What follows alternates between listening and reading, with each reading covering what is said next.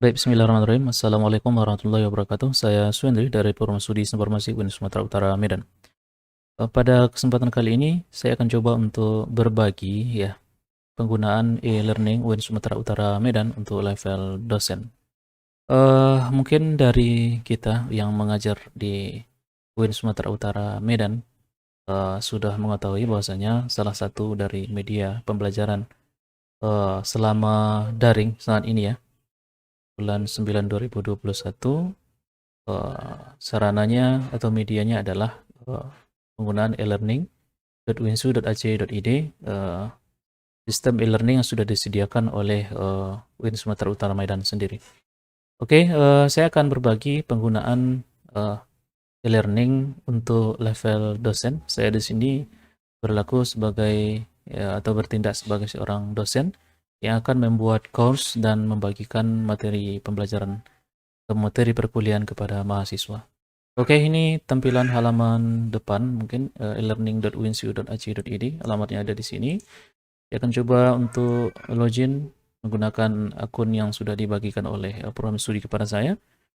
Oke, di sini saya anggap saya sudah punya username dan passwordnya. Saya langsung login di sini.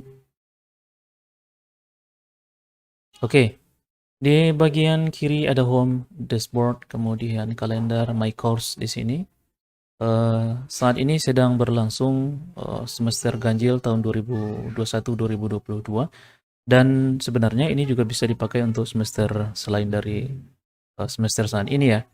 Dan my course di sini tampil berdasarkan course saya yang masih berjalan di sini.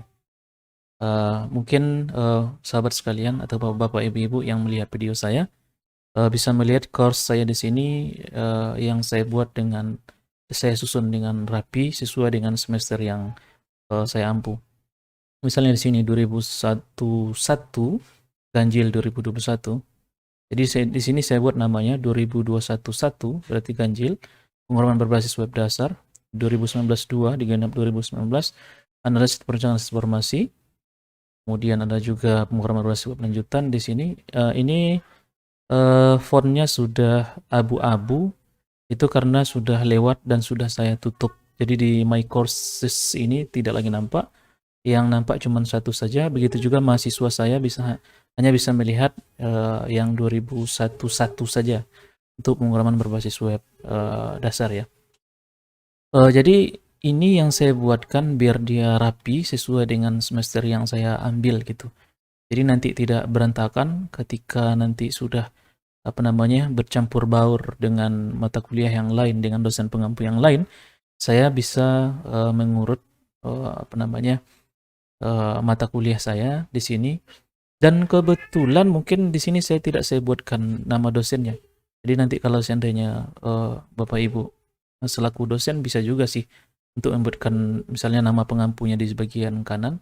Tapi ini saya buat satu saja, ada deskripsinya. Jadi nanti mahasiswa ketika buka juga ada deskripsinya. Oh, ini dengan saya gitu. Jadi walaupun seandainya sama nama mata kuliahnya, sama identik seperti ini, maka mahasiswa bisa melihat deskripsinya di sini. Teachernya juga ada gitu, siapa teachernya. Jadi sebenarnya tanpa saya buat pun di sini, misalnya pengalaman dasar Swenri di sini, atau kelas ini ABC misalnya, itu bisa dilihat juga teachernya siapa dan deskripsi mata kuliahnya siapa gitu, apa gitu kan. Kemudian menggunakan enrollment key, jadi tidak bisa masuk sembarangan kecuali yang benar-benar anggota dari course ini ya kan. Oke, bagaimana kita mulai? Kita mulai dari site administration. Kita akan coba untuk membuat satu buah course dari awal, rapi, kemudian sederhana, tentunya tidak tidak tidak ya sembarangan ya kan, tidak acak-acak gitu ya. Oke, mungkin saya mulai dari courses, kemudian manage courses and categories. Di sini saya ada di program studi informasi. Selanjutnya mungkin di bagian semester, ya karena ini semester 5 saya buat di semester 6 ya. Jadi nanti ada 2021-2 saya contohkan di sini ada di semester 6 misalnya.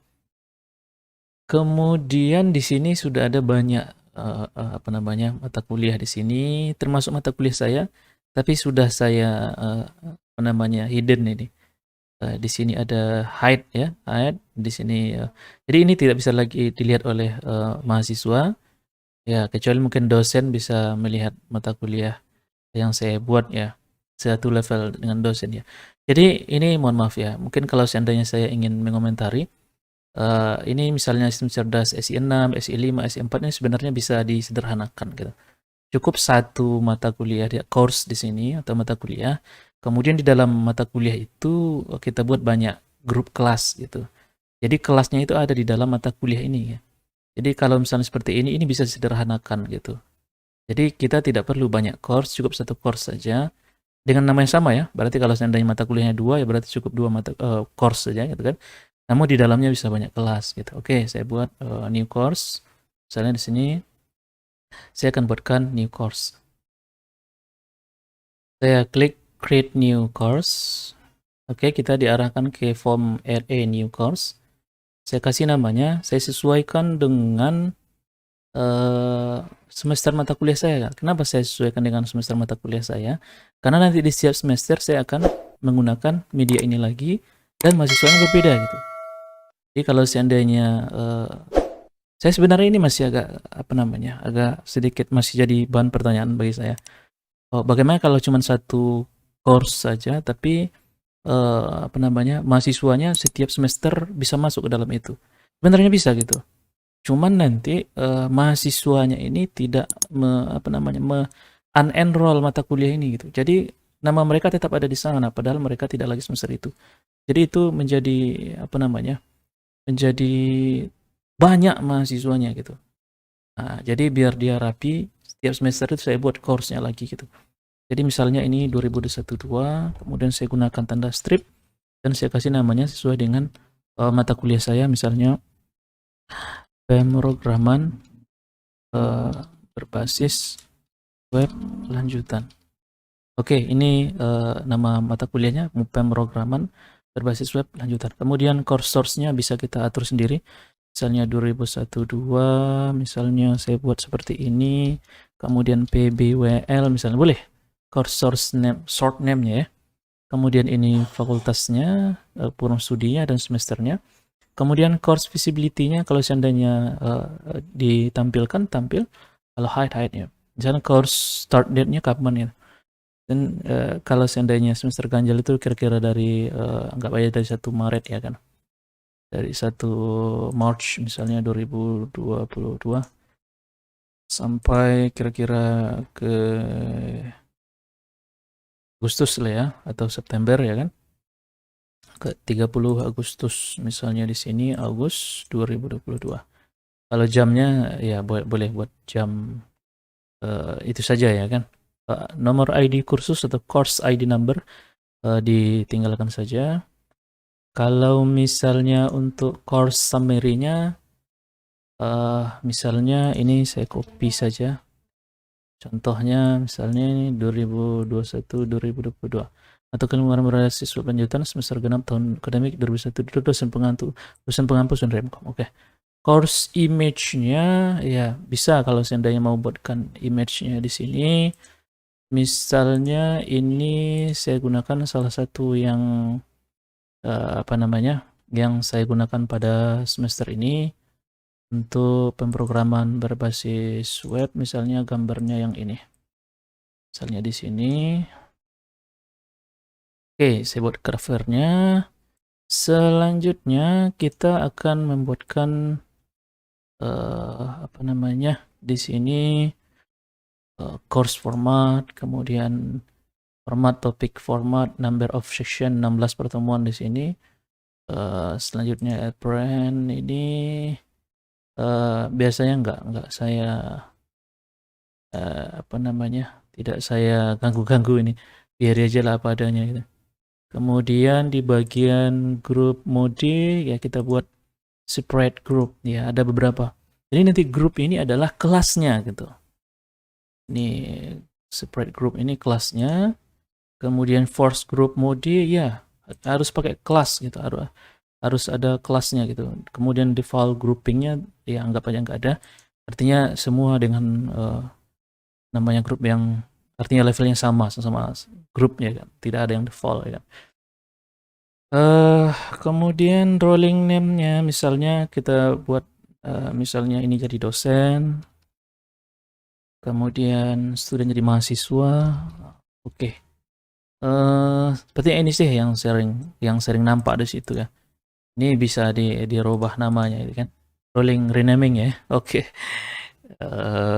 Save and return ini save and return aja ya. Save and return. Oke. Tadi save and display juga bisa. Sekarang di sini saya ada di bagian semester 6 ya. Oke, saya ada di mana saya ini? Oh, ini dia. 2012 pengembangan berbasis web lanjutan. Oke. Ini saya klik misalnya di sini atau ini ya, view. Ini. Oke, ini dia tadi. Oke. Save and display saja biar langsung ke sana. Oke. Sekarang hal pertama yang saya buat adalah biasanya saya rubah dulu ke turn editing on di sini agar bisa saya edit masing-masing ini gitu. Jadi masing-masing topik itu saya ganti ya menjadi pertemuan 1 2 3 gitu. Jadi misalnya ini topik 1 ini saya rubah menjadi pertemuan 1. Mungkin saya gunakan gini aja lah biar nanti tidak ngedit ya. Jadi ini pertemuan 2 di enter. Ini pertemuan ketiga saya enter. Ini pertemuan keempat. Ini pertemuan kelima. Ini pertemuan keenam. Ini pertemuan ke-7. Ini pertemuan ujian tengah semester. Selanjutnya ini ada di pertemuan 9. Ini pertemuan 10. Ini 11. Ya, ini ada 12. Ini 13. Ini 14. Ini 15. Ini ujian akhir semester. Oke, sekarang itu ada di pertemuannya sudah kita buatkan. Ada ujian tengah semester, ada ujian akhir semester juga di sini.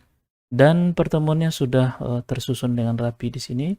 Pertemuan 1, 2, 3, 4, 5, 6 sampai pertemuan akhir semester ya kan. Oke, sekarang masing-masing di sini akan kita buatkan kontennya gitu, per pertemuan. Jadi saya memang saya buat kontennya per pertemuan gitu. Oke, sekarang sebelum misalnya kita ngajar tentu harus punya RPS. RPS itu kita bisa masukkan di bagian general ini. Ini artinya di sini kan ada bagian general ini. Nah, kita coba saya klik ulang. Nah, ini bagian general, artinya tidak masuk dalam pertemuan. Jadi biasanya saya masukkan di sini dia. Misalnya ada rencana pembelajaran semester gitu kan. Masukkan di sini dalam bentuk file ya. File ya kan. Misalnya add. Ini saya kasih namanya misalnya rencana pembelajaran semester RPS. Rencana pembelajaran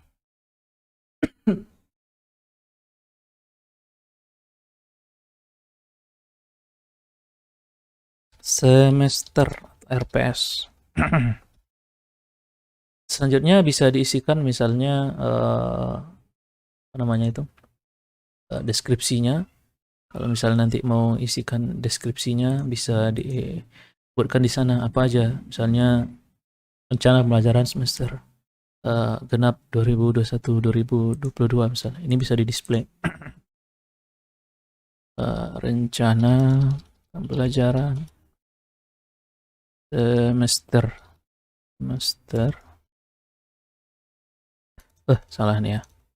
Semester RPS. Buat mata kuliahnya boleh, tidak juga ya, bisa aja sih. Saya buat aja mata kuliahnya. Ya, pemrograman berbasis web lanjutan ya kan. Berbasis web lanjutan. Ini web PBWL. rencana belajar semester atau ilmu masuk ilmu lanjutan semester genap 2021-2022. Kemudian select file, masukkan filenya di sana. Misalnya kalau ya biasanya semester dalam bentuk apa namanya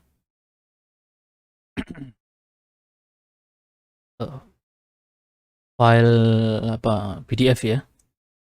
Ini misalnya saya coba yang ini saja dulu ya, contoh filenya di sini. Yang nanti sudah masuk, ini biasanya saya abaikan saja. Ini tidak ada. Kemudian restrictnya belum saya, nanti bisa saya rubah ulang. Kemudian save and return record atau save display. Keduanya nyimpan ya. Oke, ini berarti di general ya. Di general. Di sini kita bisa masukkan artinya hal-hal yang bersifat tidak dalam pertemuan tapi secara umum ya kan. Kemudian dan tentunya absensi atau presensi ya. Di sini ada dibuat ini presensi ya kan. Presensi tongdong ya. Oke, presensi misalnya di sini. Kita coba buatkan presensi kehadiran misalnya di sini. Namanya presensi kehadiran. Jadi presensi ini dia di dalam general itu ya, karena dia bersifat umum gitu, bukan di dalam pertemuan. Jadi di dalam general dan nanti bisa diisi sesuai dengan pertemuan yang diinginkan. Nah, misalnya untuk apa? Untuk isinya apa atau deskripsinya maksud saya. Kalau deskripsinya apa nanti bisa aja misalnya presensi kehadiran mandiri mata kuliah mahasiswa dasar yang tadi itu bisa aja ya kan. Misalnya presensi kehadiran mandiri mata kuliah pemrograman berbasis web lanjutan. Misalnya ini display. Ini belum saya belum saya atur. Nanti yang penting itu nanti ada beberapa item di sini yang mungkin yang bisa kita atur. Ini saya save and return to course saja dulu ya. Nah, dari PS ada presensi. Ini dua yang selalu saya buatkan. Kemudian misalnya kita bisa buat activity yang lain. Misalnya di sini ada kayak forum bisa dibuatkan, atau untuk masukkan file-file yang lain, atau book bisa juga di sini, atau URL. Pokoknya satu yang mendukung secara general di sini bisa dimasukkan gitu. Oke, selanjutnya ya ini nanti kita coba juga masukkan ini file-filenya ke dalam ini ya kan. Sekarang mahasiswanya dulu. Nah, mahasiswanya. PS-nya udah ada, presensinya udah ada, sekarang mahasiswanya dulu. Lihat di partisipan. Ini belum ada siapa-siapa di bagian partisipan. Sekarang saya akan membuat berdasarkan apa namanya? Kelasnya. Ini mata kuliah 1. Kelasnya banyak gitu. Nah, ini yang penting ini. Agar tadi bisa kita sederhanakan. Letaknya ada di sini. Grup. Nah, jadi mahasiswa itu digrupkan di sini. Ini ada grup, grouping, overview di sini. Yang kita gunakan adalah bagian groups gitu. Grouping ini sepertinya grupnya grup ya. Kayaknya gitu. Kayaknya gitu. Grup dalam grup. Nah, bisa jadi grouping ada lagi. Menggrupkan grup ya kan.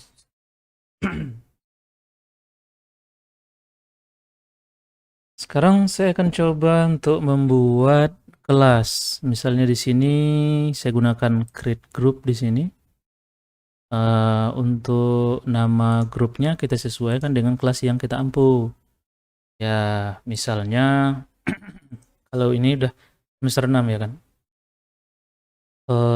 Misalnya 6 SI 1. Ini SI ya. Ya sesuaikan aja dengan kelasnya gitu. Ini nomor 1 gitu. Ya, ini boleh-boleh sah-sah saya, dia nggak kok help with group ID number, boleh-boleh saja gitu. Ini sistem informasi 1 semester 6 misalnya. Disesuaikan saja gitu. Selanjutnya ada enrollment key-nya. Nah, ini saya masukkan ini. Apa enrollment key-nya misalnya. Ini nanti dibagikan ke mahasiswa. Jadi nanti masing-masing kelas itu beda enrollment key-nya, masuk sesuai dengan kelas masing-masing gitu. Misalnya kan saya masukkan di sini PHP kita SI1 misalnya.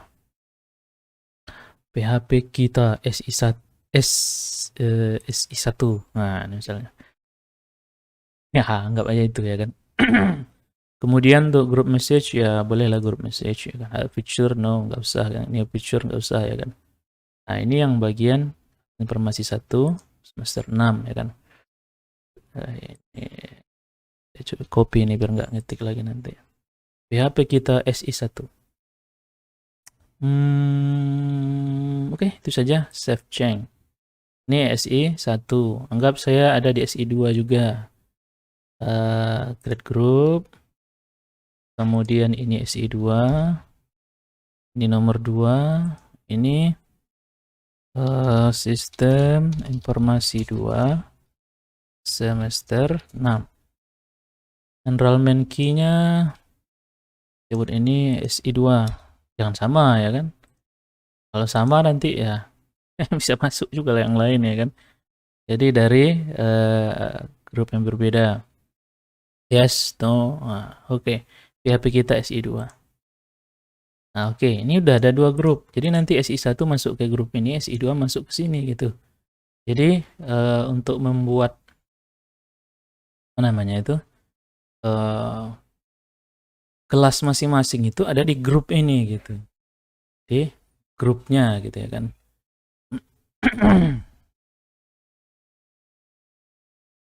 Oke, ini 2 kelas, anggap 2 kelas. Kalau tambahkan kelas yang lain, tambahkan kelas beberapa kelas yang diinginkan. Oke, selanjutnya nanti mereka bisa masuk ke dalam apa namanya? Ke dalam kelas ini menggunakan apa namanya itu? Enrollment.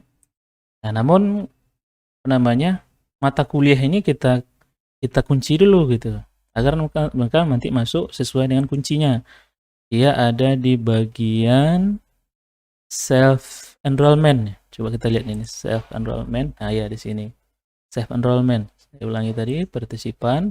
Kita kunci dulu self enrollment. Jadi mereka nanti masuk sesuai dengan kunci yang kita berikan. Ini kita kasih namanya kunci kelas. Hello existing enrollment. Yes, yes kan aja ya kan. Jadi ya udah masuklah. Masuklah ya kan.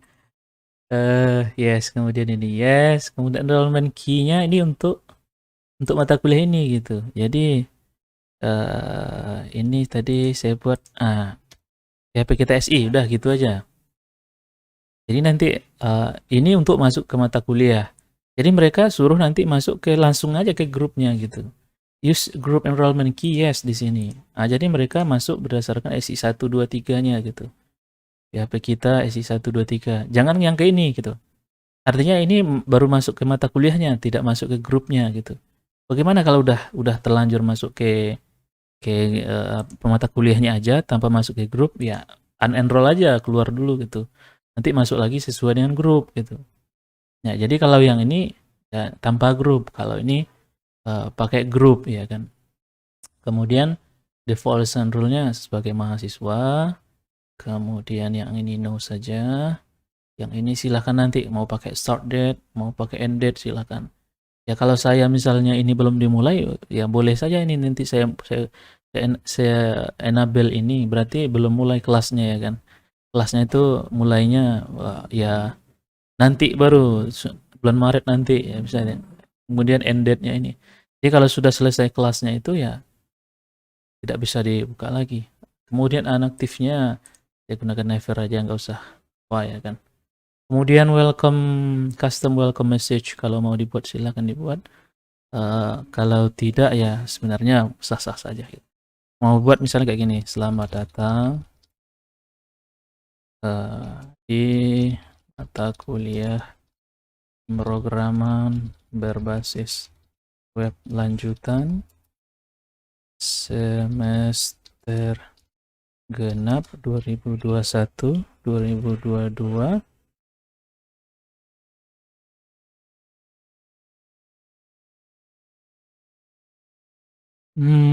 Dosen pengampu Swendri Mkom misalnya. Oke, save change. Oke, sudah ada kunci kelasnya dan grupnya juga sudah tersedia. Nah, jadi nanti grupnya ada di grup mana gitu. Di sini ada grupnya nanti. Setiap yang enroll itu masuk ke dalam grup sesuai dengan enrollment key yang kita bagikan. Oke, pada dasarnya ini course-nya sudah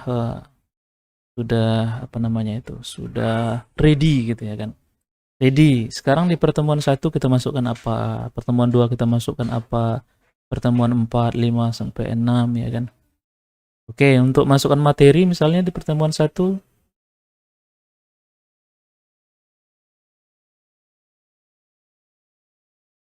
bisa kita gunakan di sini add activity or resource. Nah, di sini nanti tiap pertemuan itu ada add an activity or resource di sini. Nah, misalnya kita add activity, dia dalam bentuk apa? Kalau misalnya file materi ya untuk file ya kan. Atau dalam bentuk page atau URL, atau untuk tugas juga bisa sini untuk tugas gitu. Oke, mungkin sebagai perbandingan saya coba untuk berbagi yang ini dulu. Ini sampai sekarang sudah saya coba. Nah, ini ada pengumuman saya buat, kemudian presensi, RPS, format tugas saya buat di sini juga. Jadi nanti mahasiswa buat tugas enggak artinya enggak format yang kita berikan itu ya artinya gini ya. Itu sudah sesuai dengan format yang baku yang kita kasih gitu. Jadi enggak buat-buat sendiri gitu ya kan. Jadi nanti tugasnya sama gitu. Itu Pak ya ngomong. Kemudian format latihannya juga. Jadi saya ada tugas, ada latihan. Jadi nanti kalau nanti latihan formatnya gini gitu. Kemudian di pertemuan 1 juga saya punya kontrak kuliah nih. Ini dalam bentuk book itu. Ini ada book di sini ya kan. Ini ada book. Jadi nanti isinya adalah ya sesuai dengan kontrak kuliah yang kita sepakati misalnya di sini. Ini ada saya buat beberapa, ada absensi, penilaian, kedisiplinan, kemudian berpakaian juga ada di sini. Nanti mahasiswa bisa baca di pertemuan 1 saya buatnya. Kemudian diktatnya masing-masing pertemuan itu saya pecah itu. Untuk 1, untuk 2, untuk 3 gitu. Kemudian itu saya update setiap pertemuan. Dari pertemuan 4 masih kosong, berarti video ini saya buat masih pertemuan ketiga. Di sini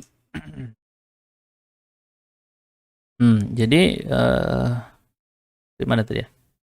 Ini ada kontrak kuliah, kemudian tadi diktatnya. Diktatnya itu saya pecah satu persatu. Kemudian ini harus ke grup gitu. Jadi nanti ini berdasarkan grup. Jadi kalau Anda tidak masuk grup tidak bisa melihat diktat ini gitu. Ada juga dalam bentuk video di sini. Ini video isinya. Kemudian masing-masing pertemuan itu saya buat di sini video praktikumnya ada dalam bentuk video saya buat. Kemudian di pertemuan 3 ada video beberapa, kemudian ada latihan. Nah, latihan ini bisa kita restrict berdasarkan kelompok gitu atau berdasarkan kelas tadi ya kan. Misalnya kita lihat ini. Nah, oke, ini allow submission from-nya saya tentukan kapan bisa di submit ya. Jadi mahasiswa harus submit berdasarkan tanggalnya gitu, nggak boleh sembarangan gitu. Kemudian maksimumnya, kemudian yang paling penting itu di sini restrict. Nah, di sini saya buat activity completion-nya diktat 3 harus sudah selesai gitu. Kalau nggak selesai diktat 3 nggak bisa ngakses yang ini gitu. Kemudian grup. Nah, di sini grupnya itu saya buatkan grup restriction, berarti dia harus diakses oleh grup yang ini gitu. Jadi kalau misalnya ada grup yang lain yang mau lihat atau mau masukkan ke sini, dia nggak bisa, dia harus SI4 atau ini SS1, ini SI2 gitu. Jadi latihan ini dalam bentuk apa tadi dia di sini bacanya assignment, dia berdasarkan grup yang kita tentukan.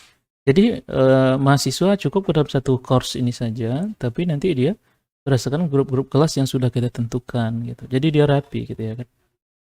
Ini dia yang dalam bentuk apa namanya yang saat ini saya ampu ya kan. Atau kita ke sini, ini yang lanjutan saya yang di Misalnya lanjutan yang di genap kemarin ya kan.